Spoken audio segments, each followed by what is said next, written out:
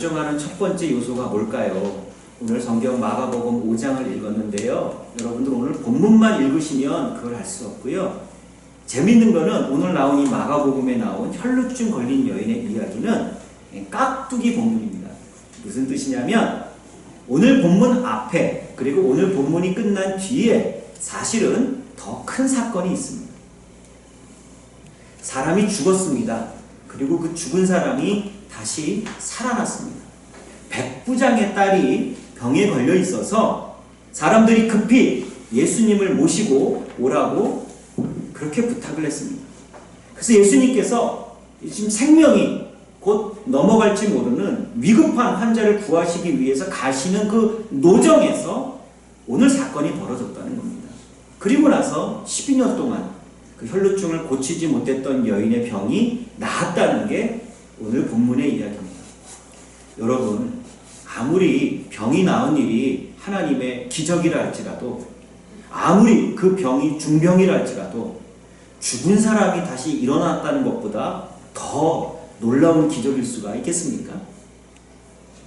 암이 났고 교통사고 속에서 다른 사람이 큰 위험을 겪었는데 기적적으로 살아났다는 건 놀라운 일이지만, 이미 죽은 사람, 숨이 끊어진 사람, 그래서 더 이상 이 세상의 사람이 아닌데 시체가 된 그 사람에게 다시 영혼이 돌아와서 본래의 모습으로 되살아날 수 있다는 거 비교할 수 없는 일입니다. 병에서 나았다는 것과 죽었던 사람이 다시 살아났다고 하는 것은 비교가 안 되는 일이에요. 오늘 본문은 앞뒤로 죽었던 사람이 다시 살아난 이야기가 기록되어져 있는 그 중간에 들어가 있는 깍두기 본문입니다. 저는 이 본문을 읽을 때마다 제 개인적인 간증이 생각이 나요. 무슨 말이냐면, 제가 제 아내를 1996년 7월에 선을 봐서 처음 만났는데요. 제가 아내를 만난 게 약간 깍두기 소개팅이었거든요. 앞으로 뒤로 제 아내가 원래 만나려고 했던 선이 들어왔던 사람들이 따로 있었는데 어찌어찌 스토리가 전개되다가 제가 중간에 깍두기로 들어가서 제 아내를 만나서 깍두기가 결혼을 한 거예요.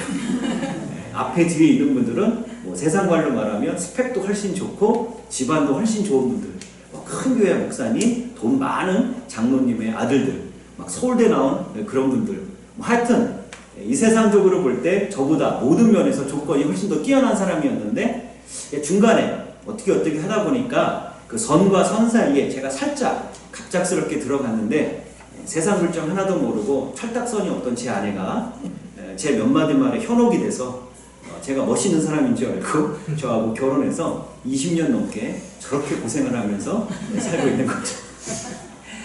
오늘 성경 말씀을 제가 여러분들에게 말씀을 드리면서 우리 신앙의 가장 기본적이고 우리 기독교인들에게 우리 믿음을 결정하는 중요한 일이 뭐냐? 하나님은 우리에게 큰 것을, 많은 것을 요구하시지 않는다는 것을 기억하셨으면 좋겠습니다. 아까 말씀드린 대로요, 죽었던 사람이 다시 살아나는 것과 병 걸린 사람이 회복되는 것은 비교할 수 없는 일입니다. 그런데도 불구하고 오늘 우리가 읽은 마가복음 5장의 본문은 예수님에 의해서 내 믿음이 크도다. 사랑하는 영등포 중학교의 성도 여러분, 하나님이 우리를 선택하실 때 우리가 잘나고 똑똑하고 돈 많고 부자고 공부 잘하고 세상에서 성공하고 출세했기 때문에 우리를 사랑하고 부르시는 것이 아닙니다. 구약성경 신명기 7장 7절에 보면 하나님께서 이스라엘 백성을 선택하는 기준을 얘기하시는데, 이 세상 사람들 중에서 이스라엘 백성이 다른 민족보다 수요가 많아서 이스라엘 백성을 선민으로 선택한 것이 아니라 오히려 모든 민족 중에 가장 적기 때문에 하나님이 선택하셨다고 말씀하고 계십니다. 이스라엘이 어떻게 선민이 될 수 있었느냐? 숫자가 많고 힘이 세고 돈이 많고 똑똑하고 잘나서 하나님이 선택하신 것이 아니라는 겁니다. 못나고 부족하고 약하고 숫자가 적었기 때문에, 그래서 오히려 하나님의 선택을 받을 수 있었다고 말씀하고 계시는 거죠. 아까 우리 김 집사님께서 기도해 주실 때 우리 빈자리가 꽉 차게 해달라고 기도해 주셨습니다. 예, 저도 진심으로 아멘하면서 기도했습니다. 우리 교회 같은 심정으로, 제 교회 같은 심정으로 이 빈자리가 꽉 차게 하나님께서 은혜를 베푸시고 여기 없는 사람들을 보내주시옵소서. 저도 간절한 심정으로 기도합니다. 그러나 사랑하는 성도 여러분, 비어있는 자리 때문에 우리의 믿음이 위축되지 않으시기를 축원합니다. 여러분들만으로 충분히 하나님께는 소중하고 큰 하나님의 은혜와 축복이 여러분들을 통해서 이 세상에 전달될 수 있는 위대한 통로가 될 수 있다는 것을 믿으시기를 축복합니다. 하나님께서는 여기에서 가까운 신길교회나 여의도 순복음교회나 여의도 침례교회처럼 대한민국 사회에서 교회 이름만 대면 담임 목사님의 성함만 알려주면 누구나 금방 알 수 있는 그런 교회들만 사랑하시고 그 교회들을 통해서 하나님의 역사를 이루어 가시는 것이 아니라는 겁니다. 그랬다면 구약의 이스라엘 백성은 존재할 수가 없었습니다. 신약의 12제자는 오늘날 우리에게까지 이름조차 알려질 수가 없었습니다. 구약에서 야훼 하나님은 가장 부족하고 적은 이스라엘 백성을 통해서 하나님의 역사를 이루어 가셨고, 신약에서 인간으로 성육하신 예수님은 보잘것없는 시골 총부들을 통해서 오늘날 세계적인 교회의 밑거름이 되는 역사를 이루어 주셨다는 겁니다. 우리 사랑하는 교회는 크기와 숫자에 의해서 결정되지 않습니다. 여러분들이 하나님을 만나시는 그 과정, 통로에도 하나님은 여러분들의 교회의 숫자가 몇 명이고 여러분들 교회 1년의 재정이 얼마이고 여러분들 각자가 하나님 앞에 헌금을 얼마를 하고 있고, 이 세상은 숫자를 가지고 판단합니다. 몇 평짜리 아파트에 살고 있느냐, 얼마짜리 자동차를 타고 있느냐, 내가 입은 양복이 얼마짜리인가, 내 카드 한도가 얼마인가, 내가 은행에 가서 대출을 하고자 할 때 얼마까지 대출받을 수 있는가, 그 사람이 이 세상에서 성공했는가 실패했는가는 이 세속적인 가치와 기준은 전부 숫자에 의해서 평가가 됩니다. 하다못해 키가 커야 됩니다. 남자 키가 170이 안 되면 여자들에게 인기가 없습니다. 남자의 IQ가 100이 안 되면 주변에 사람들이 따르질 않지요. 대학을 가기 위해서 수능시험을 쳤을 때 점수가 낮고 내신 성적이 낮으면 아무리 그 사람이 착한 성품과 훌륭한 재능을 가지고 있어도 이 세상은 그를 훌륭하다고 인정하지 않습니다. 모든 것이 크기와 숫자에 의해서 좌우됩니다. 그러나 오늘 혈루병 걸린 마가복음 5장을 통해서 우리에게 주시는 하나님의 교훈은 하나님과 우리 사이에 신앙으로 이루어진 관계는 숫자, 크기가 중요하지 않다는 겁니다. 하나님은 물론 죽었다고 살아난 백부장 야이로의 딸을 통해서도 하나님의 가르침과 교훈을 우리에게 주시지만 그보다 못한, 그리고 중간에 깍두기처럼 끼어들어간 이 본문 속에 이름조차 등장하지 않는 이 혈루증 걸린 여인, 그 무명의 여인을 통해서도 하나님은 믿음의 역사를 이루어 가신다는 겁니다. 우리 영등포 중앙교회가 아까 말씀드린 대로 여의도 순복음교회보다는 제가 보니까 인원수가 좀 적은 것 같아요. 사랑의 교회보다는 교회 건물이 조금 못한 것 같아요.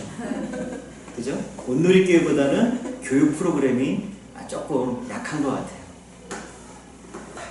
여러분, 예수님이 만약에 재림하셔서 우리 한국 수도 서울에 오셨습니다. 교회 출석 인원이 제일 많은 여의도 순복음교회를 가셔서 주일 설교를 하실까? 교회 건물이 너무나도 휘황찬란해서 땅값까지 몇 천억을 들여서 교회 건물을 지었다라고 하는 사랑의 교회 가셔서 예배를 드리실까? 어린아이부터 어른까지 교육 프로그램이 너무 잘 돼 있다라고 하는 온누리 교회를 가고 싶어 하실까? 어떤 교회에 가셔서 우리 예수님은 설교하시고 예배 드리시기를 원하실까요? 오늘 본문에 의하면 우리 예수님은 크기에 연연하지 않으십니다. 예수님이 가셔서 함께 예배 드리시고 함께 교제 나누시기 원하시는 신앙 공동체는 크기나 숫자에 아무 상관이 없다는 겁니다. 작지만 그 안에 정말 주님을 깊이 사랑하고 내 이름이 드러나지 않는다 할지라도 내 이름이 알려지고 사람들이 나를 알아주는 것에 큰 의미를 부여하는 것이 아니라 나는 가리워져서 내 이름조차 나타나지 않는 그러한 모습 속에서라도 주님의 영광만이 드러나기를 소망하는, 그래서 우리들 사이에 주님의 모습이 형제와 자매들 간에 성도들 간에 사랑으로 열매 맺는 그러한 공동체를 가실 겁니다. 영등포 중앙교회가 그러한 교회이신 줄로 믿습니다. 그 교회는 유명한 목사님들이 계시지만 예수님은 이 교회에 오실 겁니다. 목사님은 종교개혁제에 가 계시지만 예수님은 이 자리에 오셔서 여러분들을 만나시고, 그때는 부족한 제가 와서 목사님 대신 설교하는 것이 아니라 예수님께서 여러분들을 만나시고 설교하러 오실 줄로 믿습니다. 그러시지 않으시겠지만 우리 개인적인 삶도 마찬가지고 우리의 신앙에도 비교하지 않으셨으면 좋겠어요. 우리 교회는 왜 5년째, 10년째 인원이 이렇게 늘지 않을까? 솔직히 그런 생각 한 번도 안 하셨어요? 왜 안 하셨어요? 나도 하는데. 제가 우리 안성열 목사를 너무 사랑하니까 올 때마다 좀 이왕이면 지난번 왔을 때보단 사람이 좀 더 늘었으면 좋겠다. 저도 생각하는데 여러분들이 솔직히 그런 생각 왜 안 하시겠어요? 하시죠. 사람인데 눈앞에 보이는 환경과 상황에 어떻게 영향을 안 받겠어요? 우리는 부족하지만 사람이니까요. 그렇더라도 예수님이 원하시는 기준이 오늘 성경을 통해서 눈에 보이는 세상 사람들의 세속적인 가치관과는 다르다. 세상의 사람들은 숫자를 따지고 크기를 비교하지만 우리들은 예수님의 기준에 따라서 우리의 이름이 드러나지 않고 우리가 다른 사람들과 비교해서 뭔가 약하고 부족해 보인다 할지라도 오히려 그 속에 주님이 거하신다. 그 믿음 가지고 다른 사람들 모습 때문에 우리가 괜히 불행해지지 마세요. 다른 사람들하고 비교해서 괜히 상실감과 박탈감에 빠져서 스스로 고통받지 않으시는 우리 모두 될 수 있기를 주님의 이름으로 축원합니다. 하나님이 기뻐하시는 두 번째 기준이 있습니다. 두 번째 기준은 뭐냐면요, 첫 번째가 작고 부족한 것이 오히려 하나님의 크신 사랑 받을 수 있는 믿음의 조건이었다면, 두 번째 기준은요, 우리가 하나님을 향한 우리의 마음을 마음에만 담아두는 것이 아니라 우리의 행동과 실천으로 옮기는 겁니다. 오늘 성경 봤더니 이 혈루증 걸린 여인은요 12년 동안 병에 걸려 있었대요. 여러분, 12년 동안 아픈 사람이면 그냥 집안에서 그냥 기도만 하고 있었을까요? 아니에요. 온갖 용하다는 의사들, 당시에 좋다는 약들은 다 써봤을 거예요. 동네 의사한테 갔다가 큰 병원 가보세요 라고 하니까 동네에 있는 조금 큰 병원 갔다가 안 되면 연대, 신촌, 세브란스도 갔다가 서울대 병원도 갔다가, 정말 돈 많은 부자들이면 어떻게 하겠어요? 미국에 있는 병원인들은 안 가겠어요? 12년을 그렇게 병을 치유하기 위해서 노력했는데 못 고쳤어요. 근데 예수님의 소문을 들었어요. 우리는 성경을 읽으니까 이 여인이 예수님 앞에 간 것을 당연하다 생각하지만, 여러분 12년 정도 하다 안 됐으면 자포자기하지 않았을까요? 여러분 목표를 세웠을 때 12년 동안 열심히 노력했는데 안 이루어졌는데 아직도 12년째 그 일을 이루기 위해서 노력하고 있는 그러한 사람이 있을까요? 내가 원하는 대학에 가기 위해서 12수를 하는 사람이 있을까요? 내가 원하는 직장에 들어가기 위해서 입사시험을 12년째 준비하고 있는 사람이 있을까요? 내가 결혼하고 싶은 어떠한 사람이 있을 때 내가 죽더라도 저 사람하고 꼭 결혼해야만 행복했다 싶어서 12년 동안 그 사람에게 구애하는 사람이 있을까요? 없을 거예요. 12년이요? 1년 2개월도 못 기다릴 거예요. 그런데 이 여인은 12년을 한결같이 기다렸어요. 그리고 나서 예수님의 소문을 들었어요. 그 정도 되면 예수님 당시에 예수님보다 능력 있다고 소문난 유명한 선지자, 유명한 그러한 능력 있다는 사람들 많이 찾아다녔을 거예요. 예수님의 소문을 들었을 때 포기했어도 얼마든지 괜찮다라고 얘기할 수 있었다는 거예요. 그런데도 이 혈루증 걸린 여인은 포기하지 않고 예수님 앞에 나갔습니다. 여러분, 우리들 기독교 신앙에 있어서 가장 중요한 기독교 신앙의 본질이 뭐라고 생각하느냐? 학자들 모아놓고 얘기하면은요, 말이 많아요. 교회 와서도 신앙생활을 오래 사신 분들은 처음에 교회 나온 새신자에게 신앙생활에 대해서, 교회 생활에 대해서 이것저것 아는 척하고 가르치려고 그래요. 여러분, 우리 기독교 신앙의 본질은 뭐냐? 우리 기독교 신앙의 본질은요, 아는 것이 아니라 사는 것이에요. 우리 기독교 신앙은 무엇을 알고 있느냐가 중요한 것이 아니라 어떻게 사느냐가 중요합니다. 혈루증 걸린 여인이 예수님이 근처를 지나가신다는 말씀을 들었으면 뭐해요? 그 예수님이 아무리 능력이 있는 분이었으면 뭐하냐고요? 그 예수님 앞에 이 여인이 나가야만 그 예수님의 능력이 자기 삶에 닿을 수 있는 그러한 접촉점이 발생한다는 거예요. 우리가 아무리 성경의 내용을 달달 외우고 있으면 뭐하냐고요? 여러분들이 성경 통독을 몇 번 했느냐가 자랑거리가 될 이유가 뭐냐고요?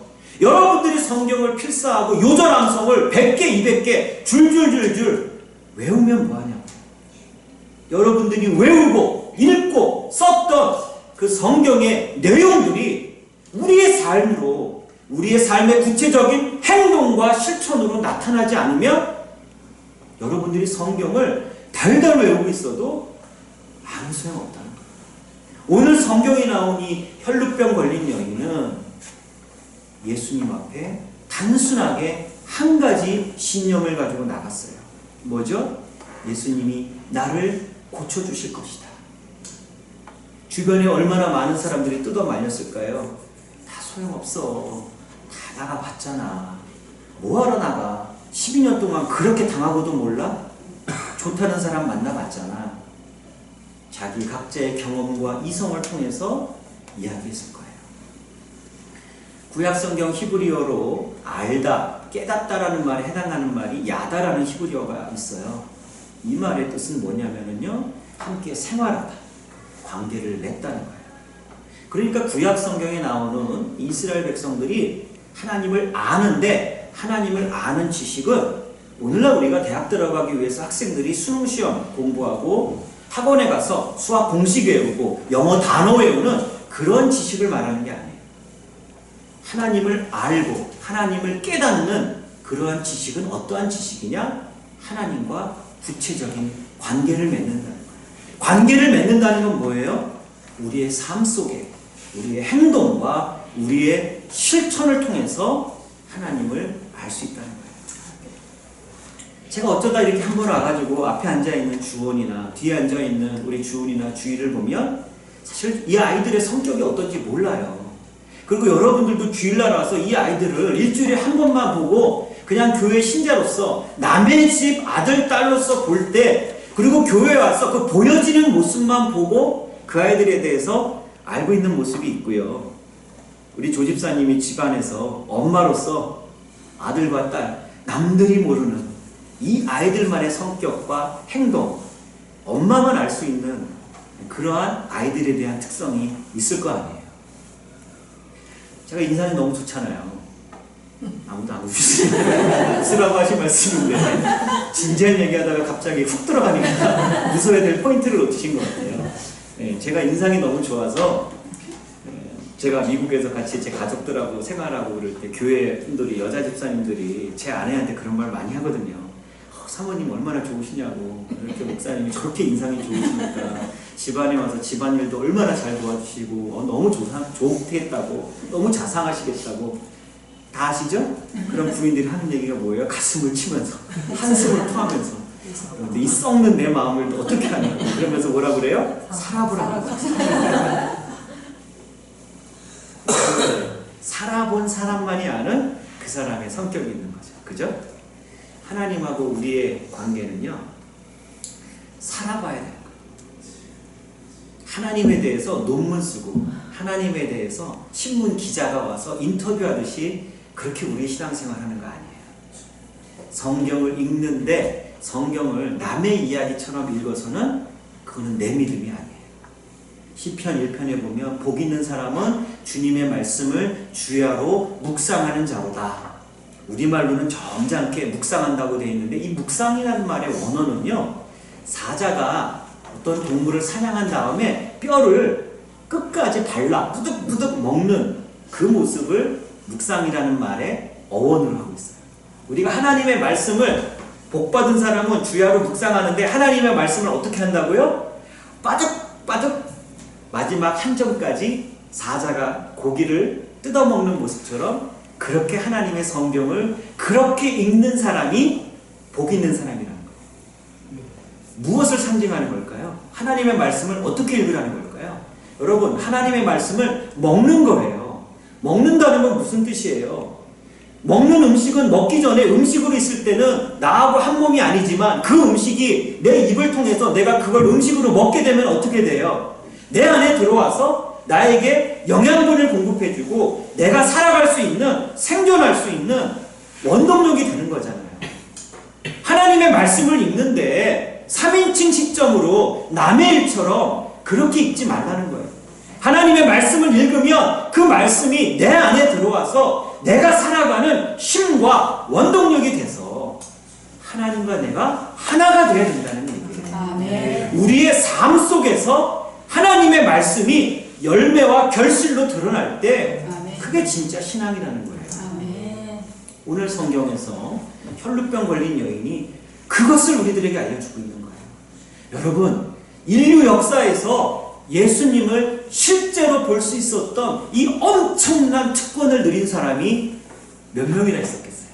그런데 예수님 뒤에, 예수님 시대에 예수님과 함께 머물러 있었던 그 사람들이 지금 눈앞에 예수 그리스도가 우리 눈앞에 계시다는 거, 그거를 은혜와 감사의 조건으로 여겼을까요? 여겼다면 예수님을 십자가에 못 박여 죽였겠어요? 예수님이 누구신지를 제대로 모르니까 예수님을 핍박하다가 결국 십자가에서 죽였잖아요. 오늘날 우리들은 예수님의 음성이라도 듣겠다고 기도하고 방언하고 예언하고 찬송 부르고 하나님 제발 좀 말씀해 주세요. 나에게 제발 좀 하나님의 뜻이 어디 있는지 알려주세요 라고 얘기하지만 진짜 예수님이 눈앞에 계신데도 그 예수님이 누구이신지도 몰랐던 사람, 얼마만큼 어마어마한 무시무시한 은혜와 특권을 누리고 있는데도 불구하고 이때 이 사람들은 그게 은혜인지 특권인지도 모르고 살았던 거예요. 근데 이 여인은요, 알았단 말이에요. 그게 얼마만큼 대단한 은혜와 축복인지 알았기 때문에 예수님 앞에 나갔단 말이에요. 여러분, 하나님은 언제나 우리와 함께 하십니다. 하나님이 우리에게 다가오지 않으시는 게 아닙니다. 우리가 하나님 앞에 나가지 않는 겁니다. 하나님은 늘 우리에게 함께 하시고 늘 우리에게 말씀하시지만 우리가 하나님의 이야기를 듣지 않기 때문에 하나님이 말씀하시지 않는 거라고 생각하는 거죠. 제가 학교에 있으니까 학생들에게 수업과 관련된 걸 공지할 때가 많아요. 문자라도 공지합니다. 수업 시간에 학기 초에 공지하고 학기 중간에 공지하고 학기 기말에 공지합니다. 제 기억에만 아이들에게 이 사안에 대해서, 이 한 가지 주제에 대해서 적어도 5-6번은 얘기한 것 같아요. 근데 기말에 가면 꼭 그런 애들이 나와요. 들은 적이 없습니다. 진짜 신학과 교수만 아니면 2단 옆차기로 날아가거든요. 턱주발에 한 대 팍 차고 싶은 정말 폭력의 욕구를 일으키는 10번 가까이 얘기했는데, 칠판에 써가면서 얘기했는데, 문자까지 보내줬는데 자기는 들은 적이 없대. 자기 문자 받은 적도 없고 미칠 것 같아요. 아무리 알려줘도 못 듣는 사람은 못 듣는 거예요. 이 문 앞을 매일 지나가는 사람들이 있어도 아마 영등포 중앙교회 간판 한 번도 본 적 없는 사람도 있을 거예요. 무슨 뜻이냐? 사람은 관심이 있는 것만 보여요. 예수님이 우리 앞에 계셔도 우리가 그 예수님 앞에 관심을 두지 않으면 우리 눈앞에 예수님 안 보이는 거예요. 예수님이 목소리가 작아서 힘이 약해서 우리에게 역사하지 못하시는 게 아니에요. 이 관심이 예수님에게 초점이 맞춰져 있지 못하기 때문에 예수님을 못 만나는 거예요. 사랑하는 성도 여러분, 우리가 예수님을 신문 읽듯이 책 읽듯이 만나지 마시기를 부탁을 드립니다. 여기 주원이가 아까 물어보니까 옛날에는 축구를 엄청 좋아해가지고 어디 부러져가지고 축구하러 갔다는 얘기 들었었는데 이제는 그렇지 않대요. 관심이 좀 옛날하고 달라진 거죠. 저도 이제 고등학교 3학년 올라가는 제 아들이 저하고 얼굴 똑같이 생긴 아들이 있어요. 근데 얘의 관심은 주로 뭐에 있냐면 플레이스테이션하고 주로 엑스박스에 있어요. 공부하라 그러면 1시간 공부하는 동안에 마치 세상에서 가장 못할 짓 시키는 그런 아이처럼 짜증을 부리면서 공부 1시간 하는데, 게임을 시작하면은요 밥을 굶어도 배고프다는 소리도 안 하고요, 대여섯 시간을 게임에만 온전히 몰입하더라고요. 그럼 부모님들은 뭐라 그래요? 에휴, 저 정신으로 공부 좀 하시. 근데 돌이켜보면 저도 그 나이에 그랬던 것 같아요. 저도 솔직히 말해서 저도 그 나이 10대 때 저도 무엇인가에 빠져 있어서 공부만 했던 거지, 그때 저희 부모님이 또 공부 좀 하지 그런 얘기 했는데 그때 저는 안 하다가 제가 또 부모가 되니까 아이에게 하는 거죠. 제 아들이 이제 제 나이가 돼서 자기 아들, 딸이 생기면 똑같은 소리 하고 있을 거예요. 관심 있으면 보이는 법입니다. 그 주님을 만나시기를 축원합니다. 네. 끝으로 오늘 본문에서 주시는 우리의 교훈이 있습니다. 오늘 마지막 24절 이후에 마지막 보면 32절에서 예수님께서 행한 여자를 보려고 둘러보십니다. 그 전에 신기한 것은 예수님은 직접 이 여인을 치료해 주신 게 아니에요. 여자가 옷만 만져서 예수님의 능력으로 병이 난 거예요. 자, 여러분, 여자가 예수님께 온 목적이 뭡니까? 예수님의 말씀을 들으러 왔나요? 예수님께 기도받고 싶어서 왔나요? 아니죠. 병 고치고 싶어서 왔죠.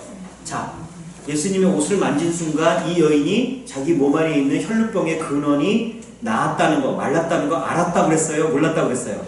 알았어요. 무슨 뜻이냐? 이 여인은 병이 나은 것을 알았어요. 목적을 달성했어요. 그럼 어떻게 돼요? 그때부터 교회 안 나오는 거죠.